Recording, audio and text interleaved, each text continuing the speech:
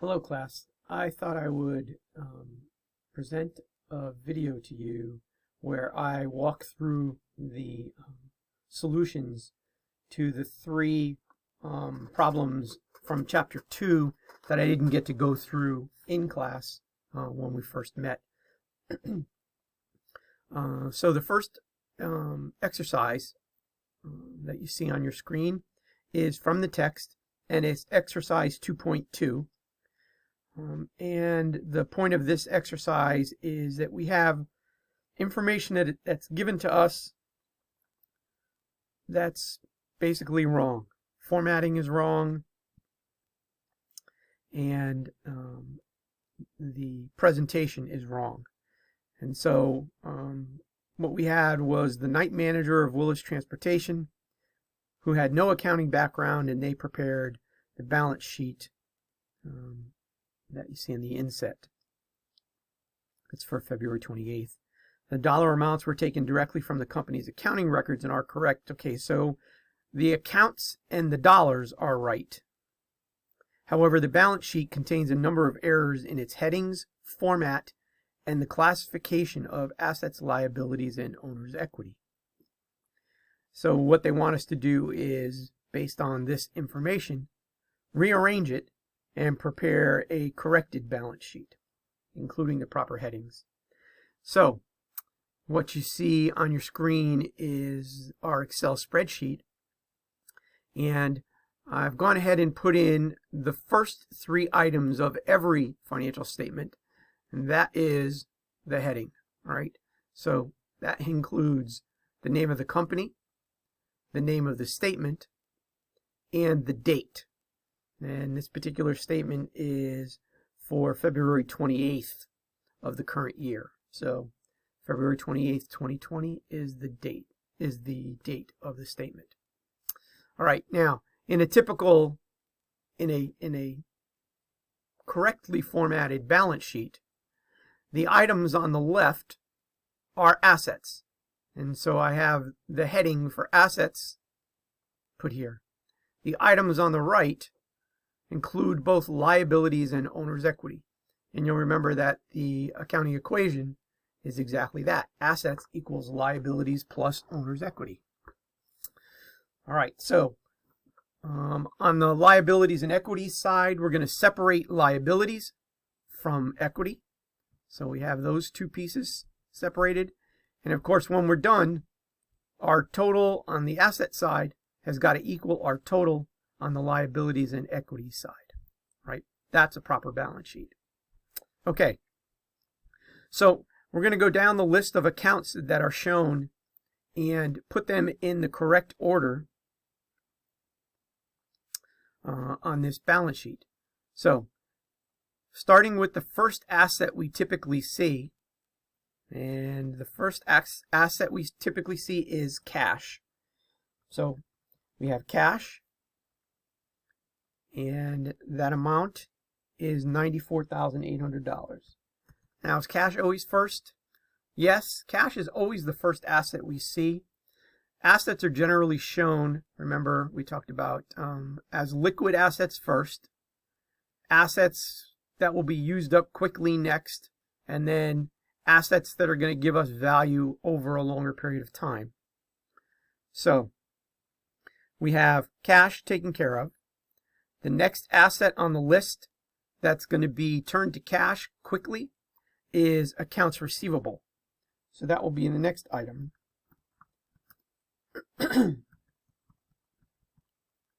Accounts receivable.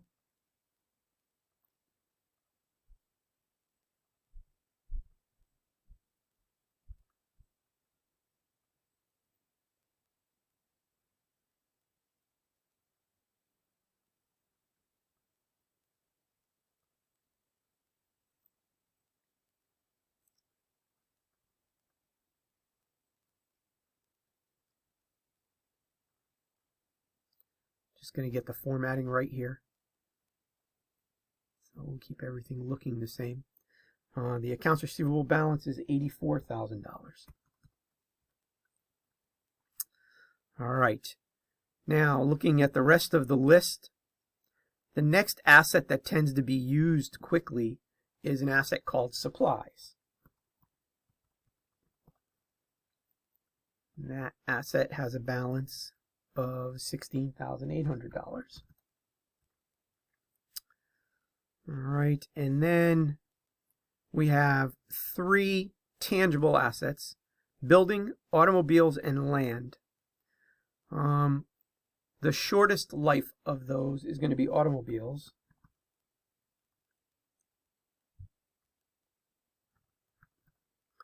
And then we'll have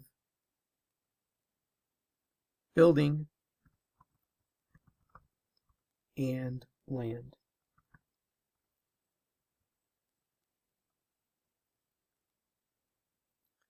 So automobiles are 198,000. Building is 96,000. And finally, land is 84,000. And let's see what's left. Capital stock and retained earnings, those are both equity accounts, so those don't go on the asset side. Notes payable and accounts payable, anything with a payable tag is a liability, so those don't go on the asset side. So I think we have all of our assets listed here, which means our total assets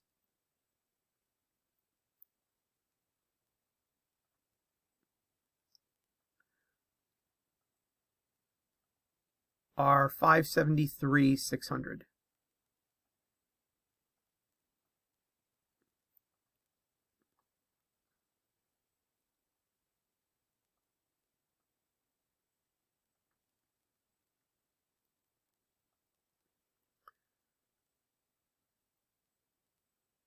Whenever we get to the total of a column, we like to put two lines underneath it so that the reader knows that this is a complete total. And for formatting purposes, the total should have a $sign next to it. All right. So these are total assets, $573,600. So if we have the right information, the numbers that we have on this side of the balance sheet should also total $573,600. All right, so liabilities. We have two liabilities. We have notes payable and accounts payable.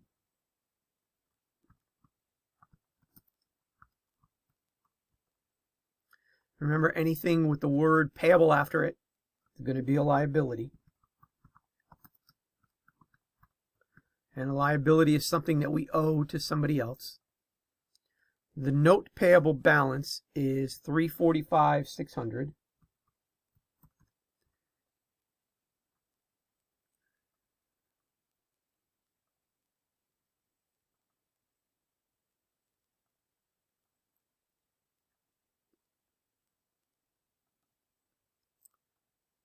And the accounts payable balance is $43,200.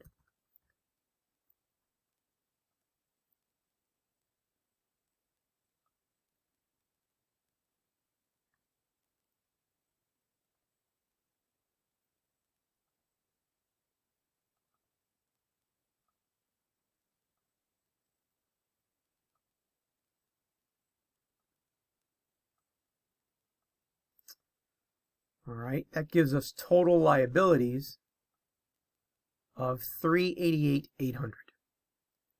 On the owner's equity side, owner's equity always has two items in it. The first is going to be capital stock.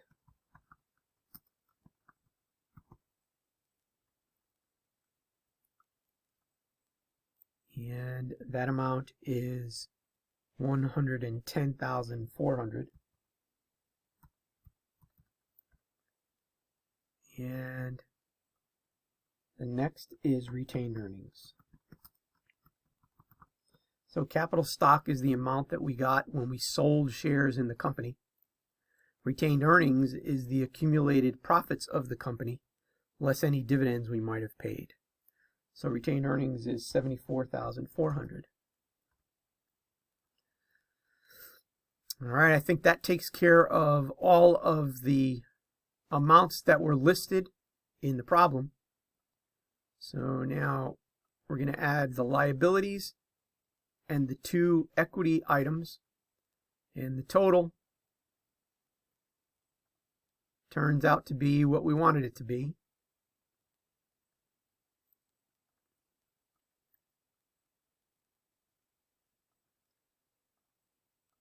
$573,600, and that is the same as the total assets. So we have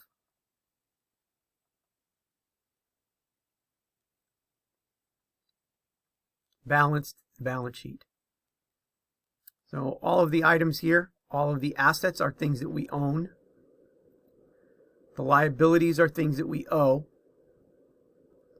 And what's left is how we measure our worth, capital stock and retained earnings. This is a properly formatted balance sheet.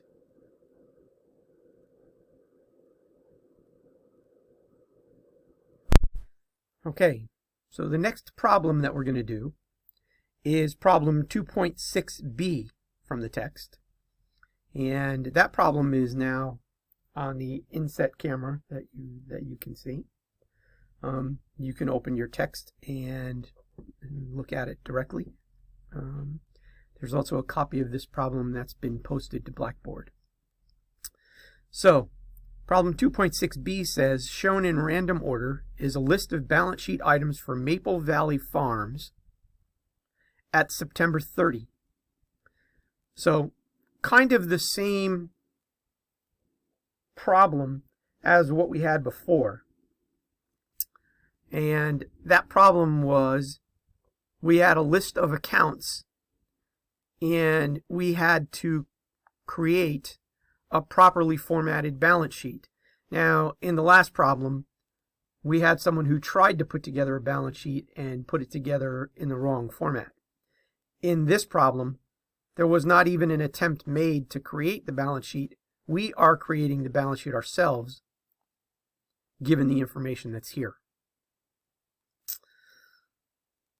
All right, so part A of this says prepare a balance sheet by using these items and computing the amount for retained earnings. That's one item. The retained earnings amount is one item, as you can see here, where they didn't give us any number at all. Right, so that number we have to calculate on our own.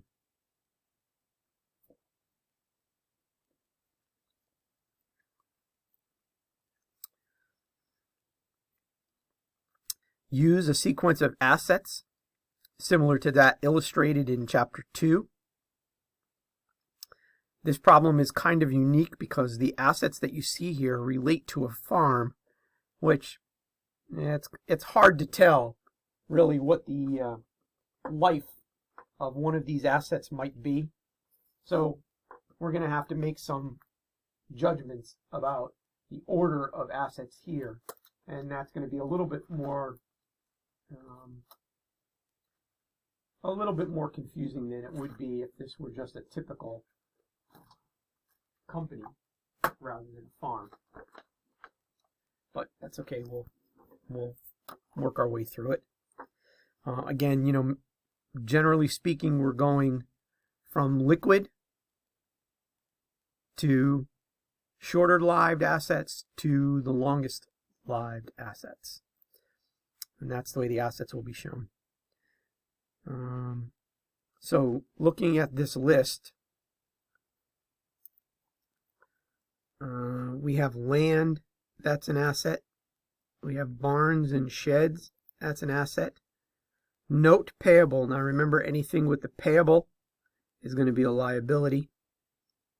Accounts receivable, that's an asset, and that's a liquid asset, so that's going to come fairly quickly. The apple trees are also an asset, things that the farm owns. We have another payable. That's accounts payable. That's going to be a liability. We have property taxes payable. That's going to be a liability. Of course, we know that capital stock is an equity account. Fences and gates are another asset. So is the irrigation system and the cash. the livestock, and the farm machinery. Those are all assets. Retained earnings we don't have a balance for, but we know that retained earnings would be an equity account anyway. And finally, we have another payable, and we know that the payables are liabilities. Okay, so now we know where all of these accounts belong.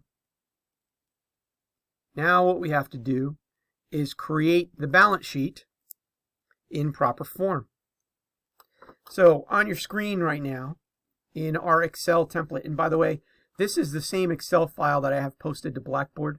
So this blank template is there for you to use when you're solving the problem. There's also a solution to the problem in another tab,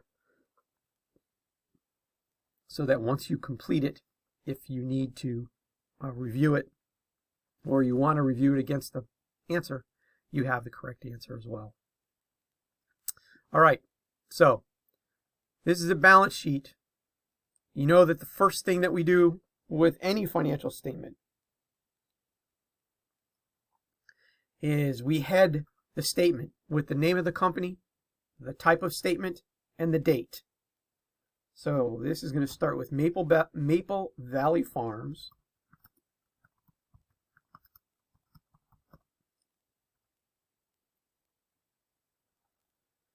And this is the statement that we're preparing here.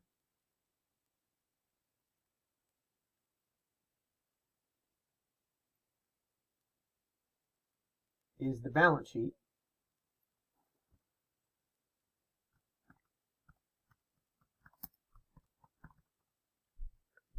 And this is for September 30.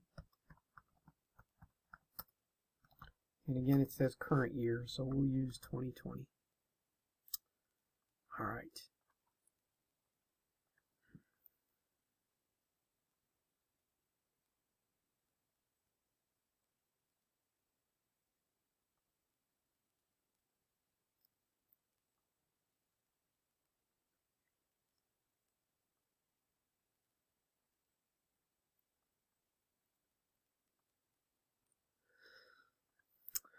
Now, you can see I have the typical balance sheet set up already here. Assets on the left, liabilities and owner's equity on the right.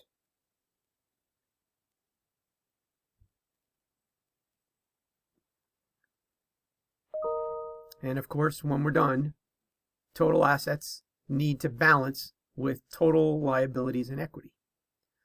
All right, so we're going to start putting accounts in here. And the first account on the asset side is always the same. It's cash. And the cash balance in this problem is $9,300.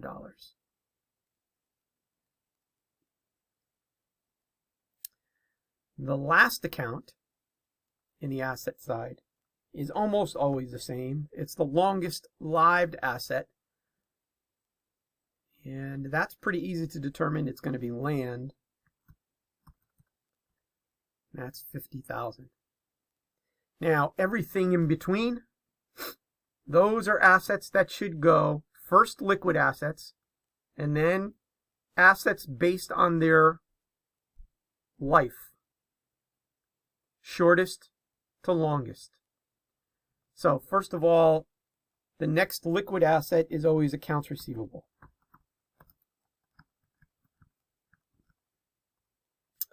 Accounts receivable has a balance of $15,000.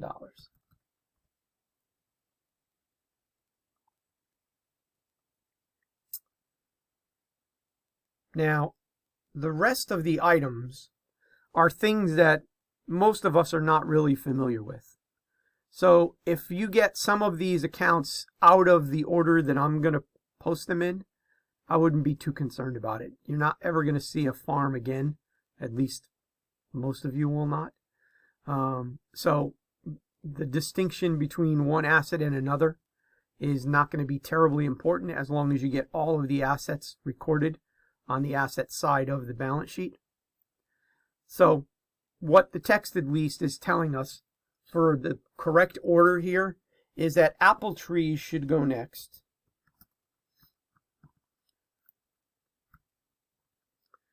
And that amount is 84,000. Livestock should go after that. And livestock is 5,000.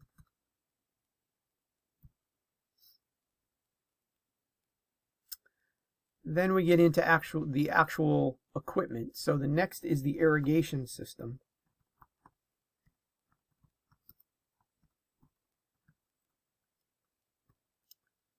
I guess that life is shorter than farm machinery. So the irrigation system is 10,200. And next is farm machinery.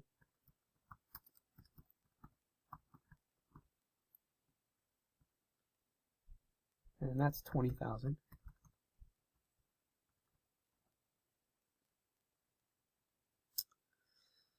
All right, and then we have the stuff that we built. So the first of those is fences and gates.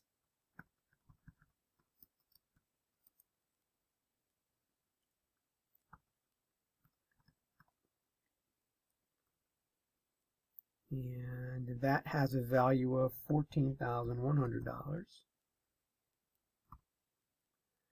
And next is barns and shed.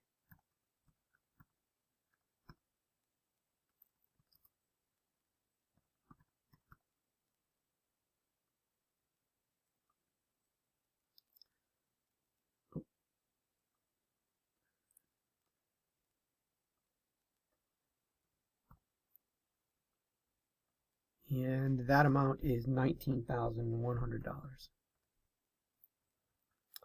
Now, you know, I kind of went through this quickly on the last problem that I solved, but one of the things I like best about doing problems in Excel is that Excel is the most versatile calculator you'll ever use. So we have all these numbers here, and we need the total of all of those numbers. Well, we certainly don't have to punch them in again. What Excel works on is what's called a formula. So we're going to input a formula here that tells Excel to add up all these numbers. There's a couple ways that we can do that. First of all, every formula in Excel will start with the equal sign. So we can use the equal sign and then go to each item and just add them all up. 9,300, hit the plus sign, then move down to 15,000, hit the plus sign, down to 84,000, hit the plus sign, and all the way down to the bottom.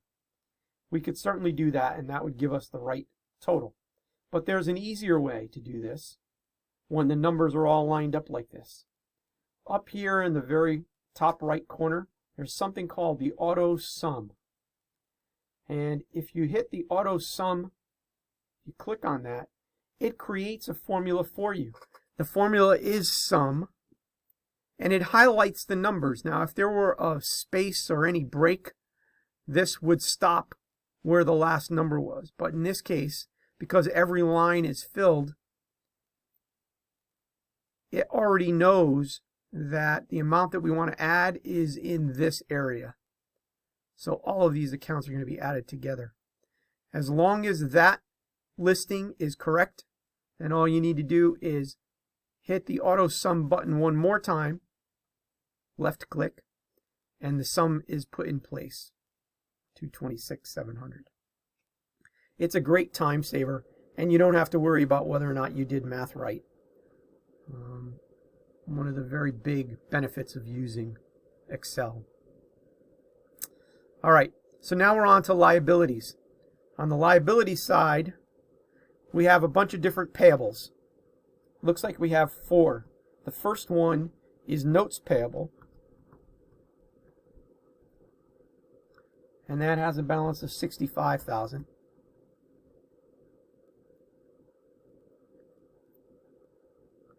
Then we have accounts payable,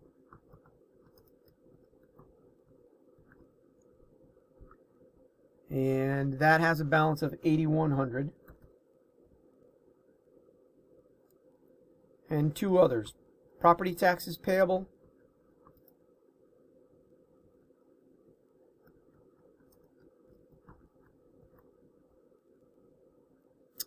and wages payable.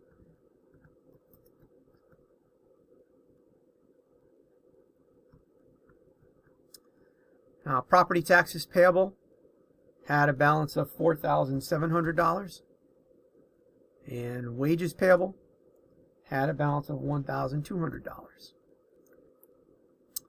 When we present the balance sheet in this format, we typically subtotal the liabilities. So, in this, you can see in this cell, that's kind of highlighted in green right now. I'm going to do that same auto sum trick that I did before, and those are going to add up to $79,000. All right, that leaves us with only the equity accounts to complete. And we have two of those. The first is capital stock.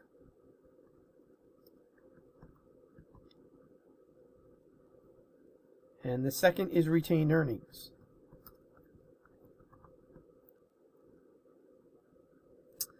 Capital stock was $100,000. Now, retained earnings was a balance that was not given to us. So we have to calculate retained earnings. Well, how are we going to do that? Well, we know that the total on this side has got to equal the total on the other side, right? We know that total liabilities and equity has to equal total assets. So to calculate retained earnings, I'm going to start a formula. And I'm going to take the total assets and subtract from it what I already have for liabilities and what I know I have for capital stock. The balance has got to be the balance in retained earnings. Now, if that's correct, when we do this sum, and now we have to take the corner of this box and extend it to make sure it picks up total liabilities. So we're adding total liabilities and the two equity accounts. When we put those together, we get $226,700. And our balance sheet balances. So whenever you're missing a number like that, you just fall back to the accounting equation. Assets equals liabilities plus equity. And as long as you have all of the other numbers, any single number you'll always be able to calculate.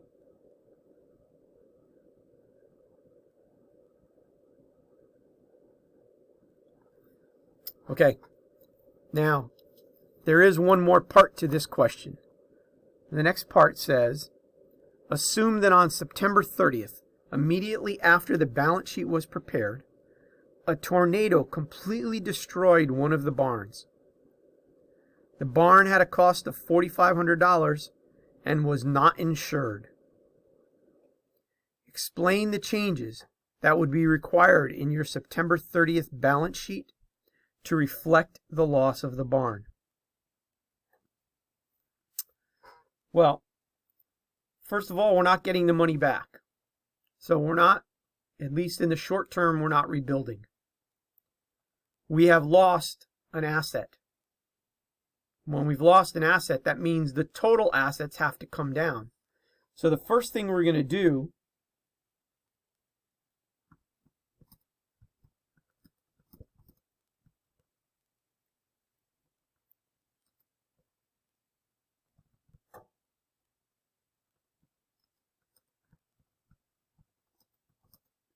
is reduce the asset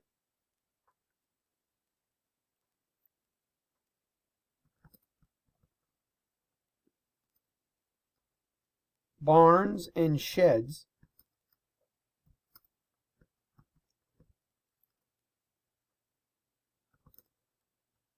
by $4,500.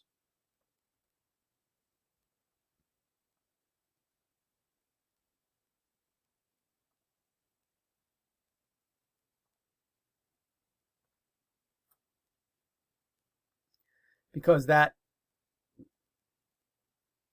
shed is lost. Now, if I reduce the asset side by $4,500, I have to do something on the other side because I can't leave the balance sheet out of balance. Well, what did I lose? What I lost is some of the value of the company. If I have fewer assets, the company is worth less. I don't owe anybody anything yet because I haven't contracted anyone to rebuild. So I don't have a liability here, or at least I didn't pay a liability off, so nothing in the liability section is going down. But my company is worth $4,500 less.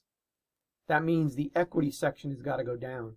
And whenever there's something like this that has to be recorded, we can't change common stock because the common stock value is the value of the stock that we sold. And we didn't buy any of that back or take any of it away. So the other side of this entry is that we must reduce the retained earnings account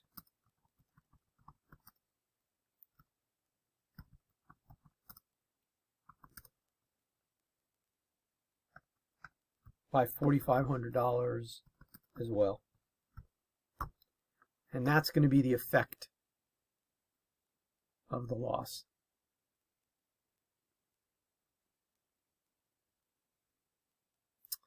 All right, that wraps up problem 2.6b.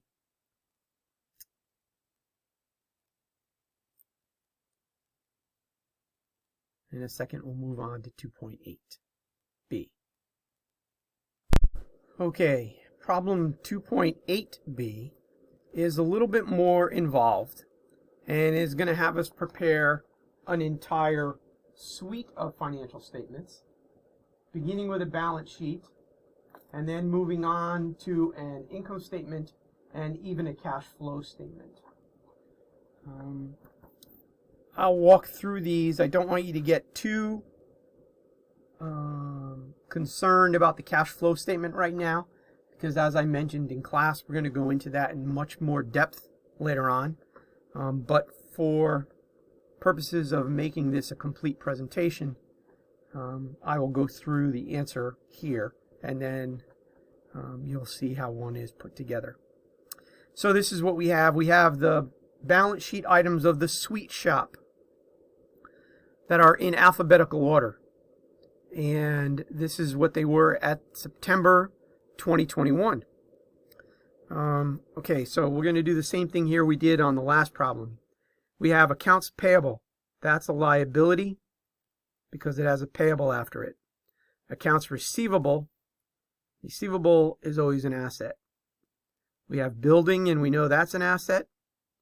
We have capital stock, which we know is equity. We have cash, which we know is always our first asset.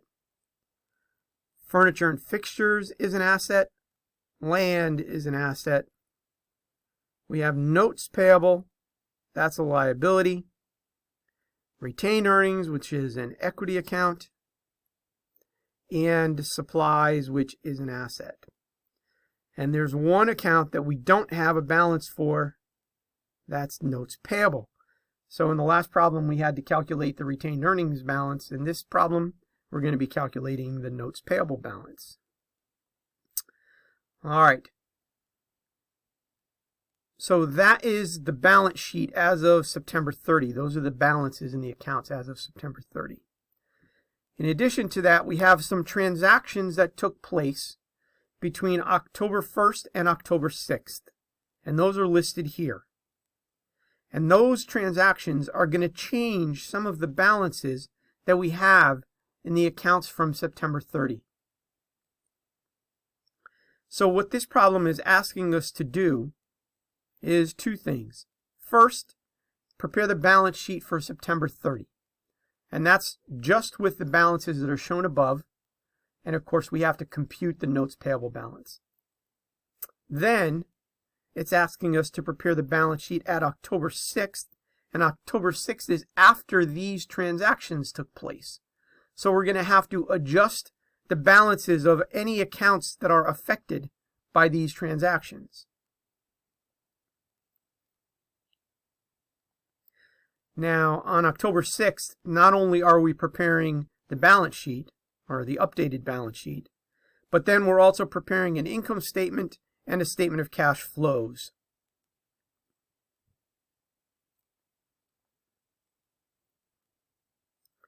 And they're telling us in the statement of cash flows, we should treat the purchase of supplies and the payment of accounts payable as operating activities.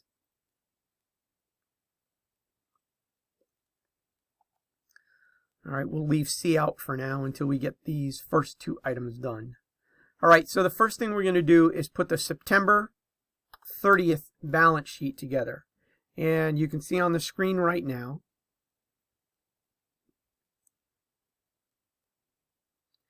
that we have the grid for September 30th, right? And now we've gone through these accounts and we know which ones are assets and liabilities and equity. So now it's just a matter of putting the items in the right place. So we're going to start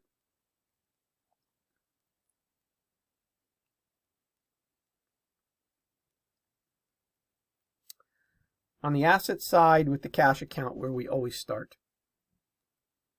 The cash balance was $6,900. The next asset, always accounts receivable.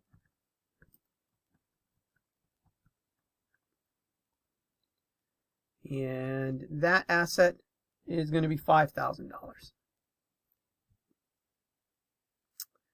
Now we're going in order of life, and supplies usually comes next. And supplies had a balance of $3,000. And then we had furniture and fixtures, building, and land in that order. So the next is furniture and fixtures and building and land. Furniture and fixtures had a balance of $9,000. Building had a balance of $80,000. And land had a balance of $72,000.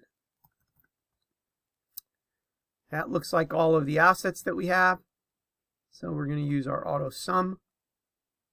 And the total assets are $175,900. That means whatever we do, the balance on this side has got a total $175,900. All right, so let's start with what we know. Well, we know that we have an account called notes payable, but we don't know what the balance is. We also know we have an account called accounts payable, and that amount is $6,800.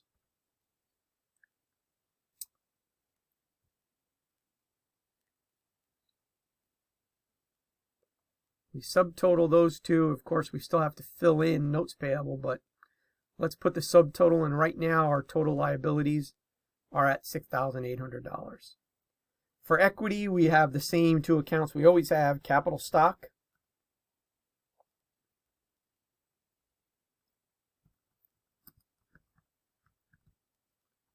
and retained earnings.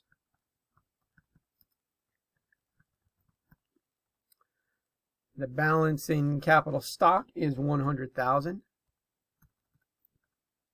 And the balance in retained earnings is $19,100.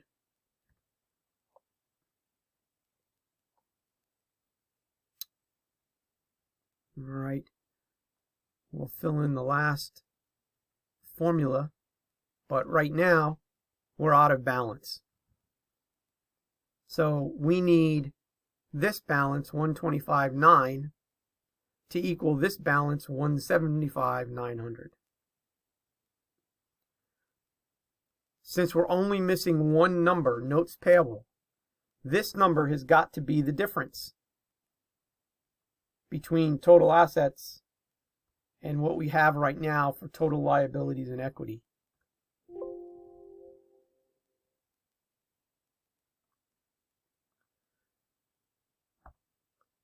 So the way we're going to find that is we're going to take total assets and we're going to subtract from it the total liabilities that we currently have. No, let's not do that. Let's subtract from it the accounts payable and the capital stock and retained earnings. And if we do that, we find the balance for notes payable is $50,000. And now our balance sheet balances. So at September 30, we have a balanced balance sheet with $175,900 on both sides.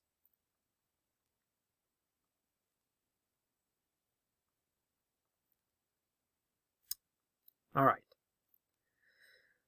Now the next thing we're going to do is we're going to create the balance sheet at October 6th.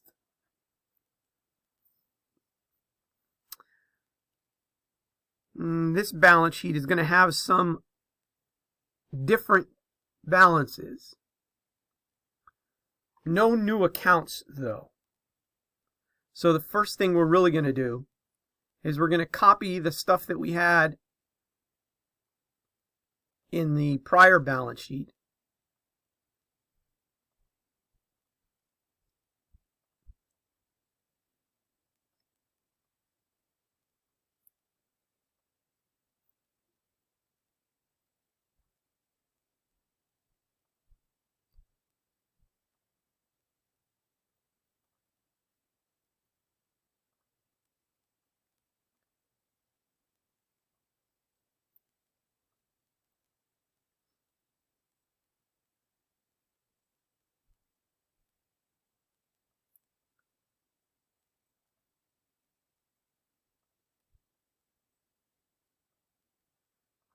And that's going to be the starting point for our October 6th balance sheet. And now we know we're going to have to adjust some accounts based on these transactions. So the next thing we're going to do is read through each of these transactions and figure out what accounts are being adjusted. So the first transaction says that we sold additional capital stock for $30,000. That's part one. Part two says the accounts payable were paid in full. And finally, no payment was made on the notes payable. All right, so first things first. We sold an additional $30,000 in capital stock. When we sell capital stock, the first thing we do is we get cash. So our cash balance, that started at $6,900, is going up by $30,000.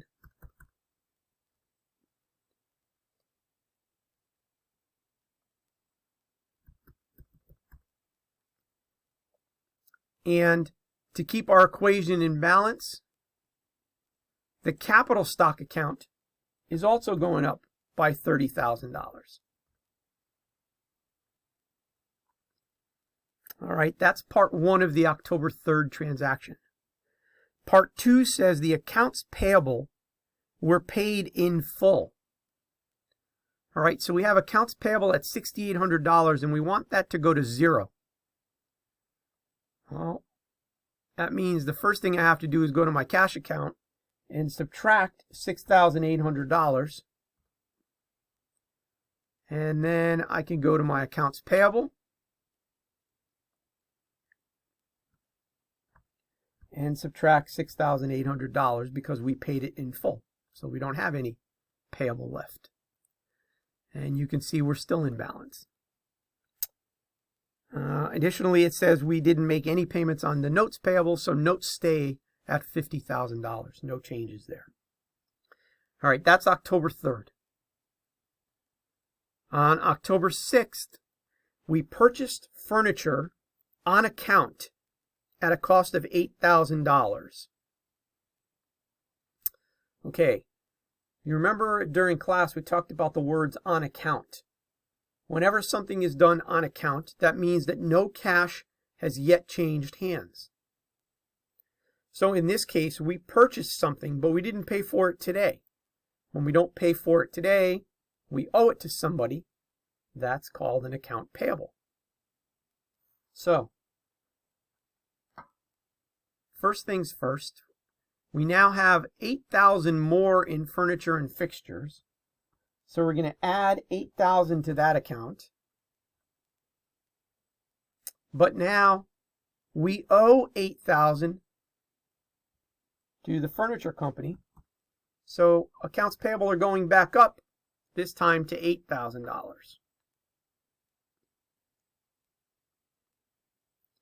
And we're still balanced right now at $207,100.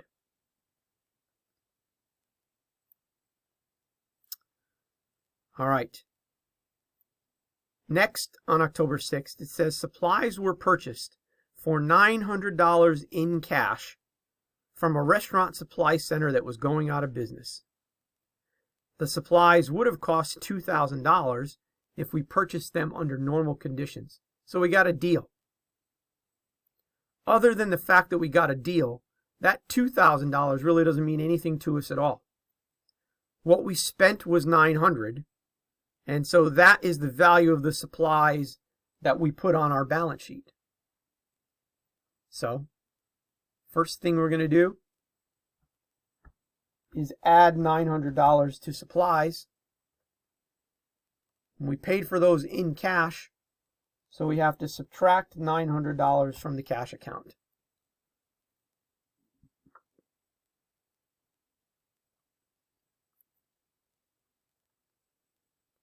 Our overall balance stays at $207,100.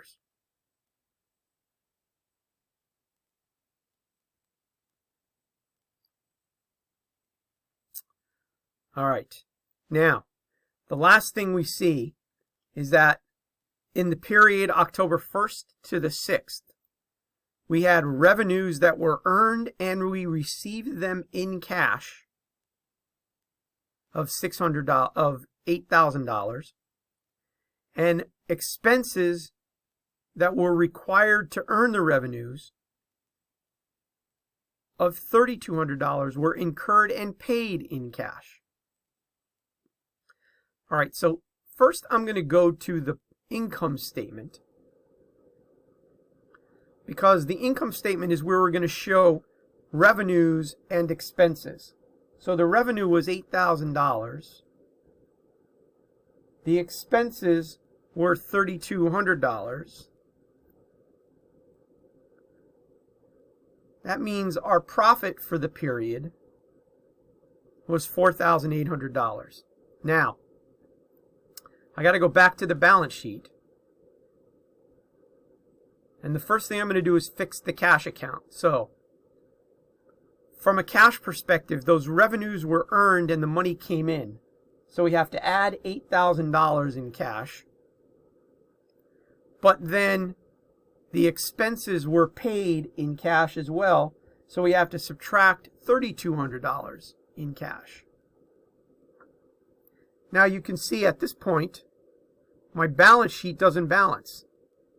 I have $211,900 in assets and only $207,100 in liabilities. What's the difference? 211 minus 207,100. The difference is the net income. Net income is an item that is added to retained earnings. So, I have to go to the retained earnings account and add to it $4,800. Now, I could have added the $8,000 in revenue and subtracted the $3,200 in expense. That would get me to the same place.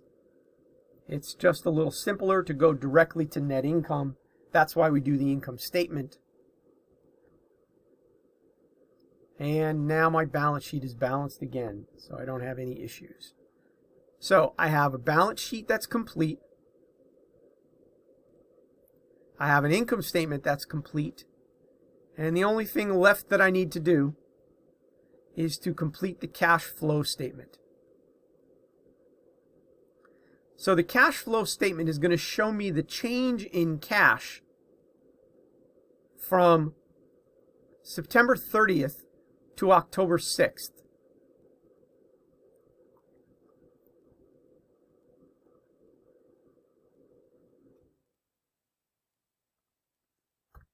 That was a total change of $27,100. The cash flow statement has got to detail how that $27,100 made its way into our company. So the first item is the cash that we received from revenues. And that amount was $8,000. Of course, then we had cash that we paid, cash that went out for expenses. And that amount was $3,200. Now we used cash for two other items. We paid off the original accounts payable. That was $6,800. And we purchased some supplies. That was $900. So altogether, from operating activities, we used $2,900 in cash. We didn't purchase any assets or any securities, so we don't have anything in cash from investing activities. We did sell some capital stock, so that has cash coming in of $30,000.